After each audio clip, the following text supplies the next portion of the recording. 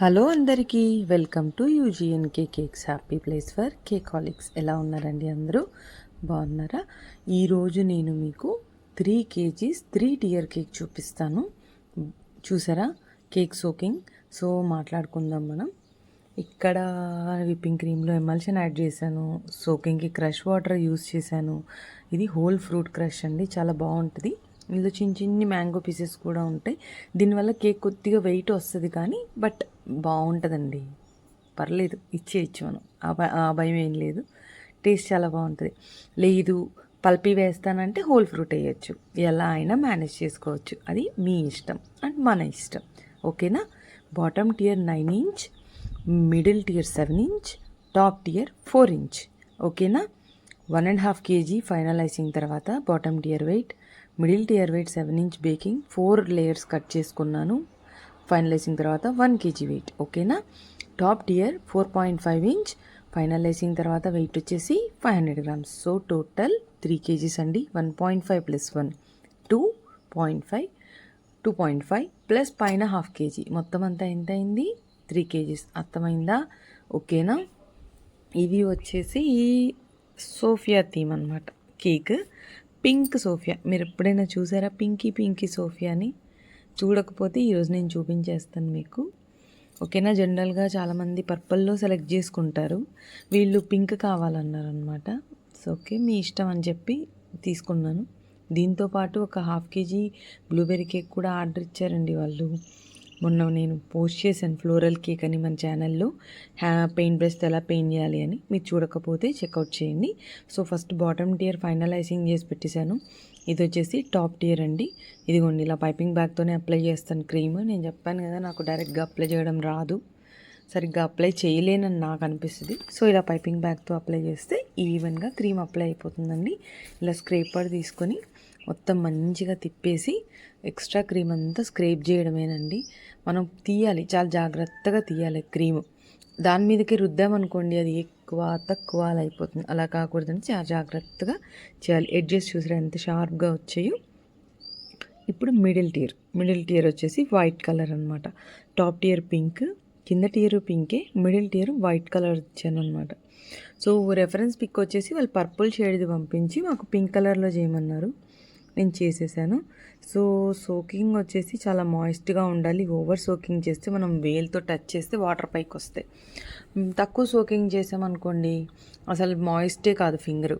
So ఇది మీరు గుర్తుపెట్టుకోవాలి. ఇది 7 inch టిన్ అనమాట, మిడిల్ టియర్. సో చేసి క్రమ్ కోటింగ్ ఫైనలైజింగ్ చేసి బాగా సెట్ చేశాను. ఒక 2 hours వరకు సెట్ చేసేసాను అనమాట. తర్వాత ఇక్కడ చూపిస్తున్నాను చూడండి, 7 inch, అది 4 inch, ఇది 9 inch అనేసి. చేతులు పింక్ ఉన్నాయి కదా, కలర్ ఎక్కువ వేయలేదండి.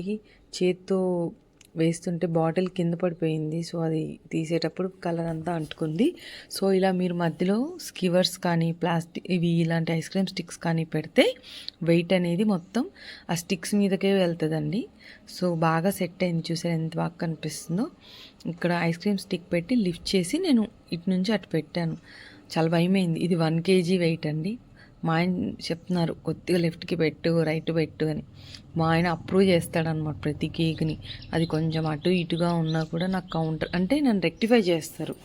తప్పు చేసావు, ఇక్కడ సరిగ్గా చేయాల్సింది ఇలా కాదు కదా అనేసి. సో అది ఫైనల్ టియర్ తీసి దీని మీద పెట్టేస్తున్నాను. ఫోటోషీట్ మీద ప్రింట్ తీసుకున్నానండి. చాలామంది అడుగుతున్నారు ఎలా తీసుకుంటారు అనేసి. గూగుల్లో అయినా దొరుకుతాయి, లేదా పిక్సార్ట్లో అయినా దొరుకుతాయండి. మనకు నచ్చిన థీమ్ మనం జస్ట్ సెర్చ్ చేస్తే దొరికేస్తాయి. చూసారా ఎంత లెంతీగా ఉందో అంత లెంత్ పెట్టుకొని మిగిలింది కట్ చేయడమే అనమాట. ఇలాంటి డవల్స్ కానీ స్టిక్స్ కానీ ఏం పెట్టినా కూడా మనం చెప్పాలండి మనకు ఆర్డర్ ఇచ్చిన వాళ్ళకి ఇలా పెట్టాము అనేసి. సో అలా కవర్ చేసేస్తున్నాం దాన్ని. చేసిన తర్వాత కొద్దిగా సెట్ చేసేసాను అన్నట్టు కేక్ని. సెట్ అయిందా లేదని కొద్దిగా ఇలా అని చూశాను. బట్ ఓకే, బాగానే ఉంది.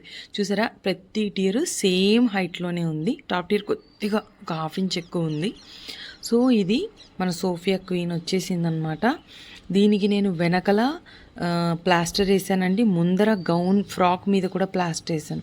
ఎప్పుడు చెప్తాను కదా, క్రీమ్లో ఉన్న మాయిశ్చర్ సో ఫోటోషీట్ తీసుకోకూడదు కాబట్టి ఇలా నేను స్కివర్తో మార్కింగ్ వేసుకొని ఇలా నేను ఫ్లవర్స్ వేస్తున్నాను. ఫ్లవర్స్ వేసే నాజిల్ వచ్చేసి 1M నాజిల్ అండి. మీకు అర్థమైందా?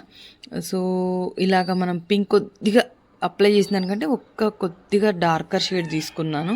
ఇలాంటి మీ డాల్ కేక్ మీరు ఎప్పుడైనా చూసారా? చూసుంటే నాకు చెప్పండి. లేదా ఈ కేక్ ఎలా అనిపించిందో కూడా కామెంట్ చేసి చెప్పండి. ఇది వచ్చేసి కేక్ డౌ అండి.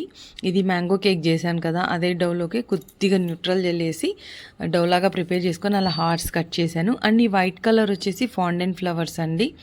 ఆ ఫ్లవర్స్కి మధ్యలో గోల్డెన్ స్ప్రింక్లర్ ఉంటుంది కదా మనది బాల్, అది పెట్టి ప్రెస్ చేశాను. చూడ్డానికి ఎంత బాగా కనిపిస్తుందో కదా. సో డెలివరీ తీసుకెళ్ళడానికి కొద్దిగా ముందే నేను ఈ ఫాండెంట్ పెట్టాను అనమాట. ముందే పెట్టలేదు, ఎందుకంటే ముందే పెడితే ఫాండెంట్ అసలే రైనీ సీజను కష్టం అయిపోతుంది మేనేజ్ చేయడం, అదనమాట. అండ్ మీకు ఎలా అనిపించింది ఈ కేక్ లుక్ అని నేను చెప్పిన విధానం మీకు బాగా నచ్చిందా? సో నచ్చితే ఒక చిన్న లైక్ కామెంట్ చేసి నన్ను మోటివేట్ చేయండి. ఈ కేక్ లుక్ మీకు ఎలా అనిపించిందో కామెంట్ చేయండి. అండ్ క్యాసిల్ అవన్నీ కూడా పెట్టలేదు, వాళ్ళు వద్దన్నారు. జస్ట్ సోఫియా మెయిన్ కావాలంట వాళ్ళకు.